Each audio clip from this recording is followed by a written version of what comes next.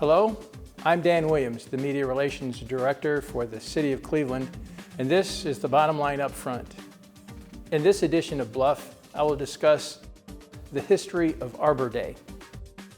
Friday marks Arbor Day, and the 46th year the tree holiday has been officially celebrated in the United States, after President Richard Nixon made it a national holiday in 1970.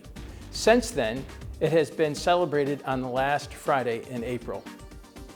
Our 32nd president, Franklin Delano Roosevelt, once said of trees, "A nation that destroys its soils destroys itself. Forests are the lungs of our land, purifying the air and giving fresh strength to our people."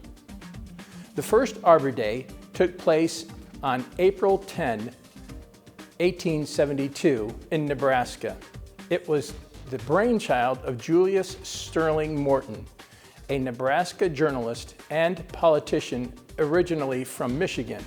Throughout his long and productive career, Morton worked to improve agricultural techniques in his adopted state and throughout the United States when he served as President Grover Cleveland's Secretary of Agriculture. But his most important legacy is Arbor Day. Morton felt that Nebraska's landscape and economy would benefit from the wide-scale planting of trees. He set an example himself, planting orchards, shade trees, and windbreaks on his own farm, and he urged his neighbors to follow suit. Nebraska's first Arbor Day was an amazing success. More than 1 million trees were planted. A second Arbor Day took place in 1884, and the young state made it an annual legal holiday in 1885, using April 22nd to coincide with Morton's birthday. In the years following that first Arbor Day, Morton's idea spread beyond Nebraska, and now all 50 states celebrate Arbor Day, although the dates may vary in keeping with local climate. At the federal level, in 1970, President Richard Nixon proclaimed the last Friday in April as National Arbor Day.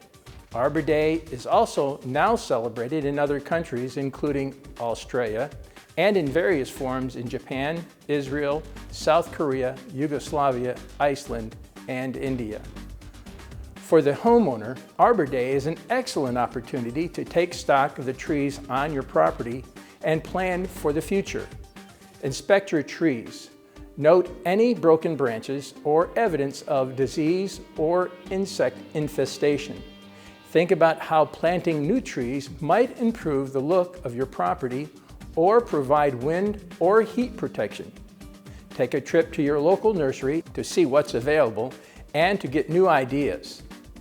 Talk with your neighbors and find out what their opinions are. And oh yes, plant a tree. What does this have to do with us here in Cleveland? Cleveland was once nicknamed the Forest City, but we've lost about 100,000 public trees since 1940, and each year an estimated 97 acres of tree canopy is lost. On March 4th, the Planning Commission unanimously adopted the Cleveland Tree Plan to reverse this trend.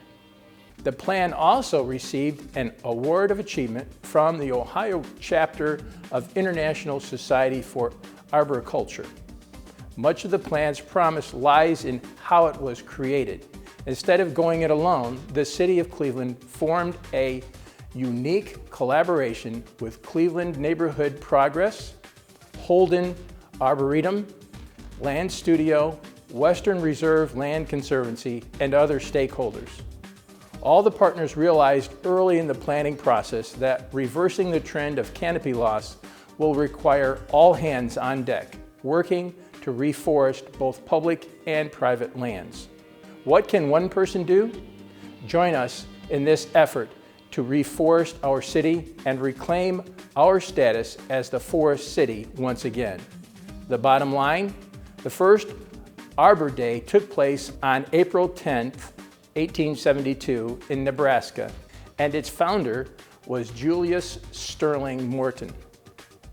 A second Arbor Day took place in 1884, and the young state made it an annual legal holiday in 1885, using April 22nd to coincide with Morton's birthday.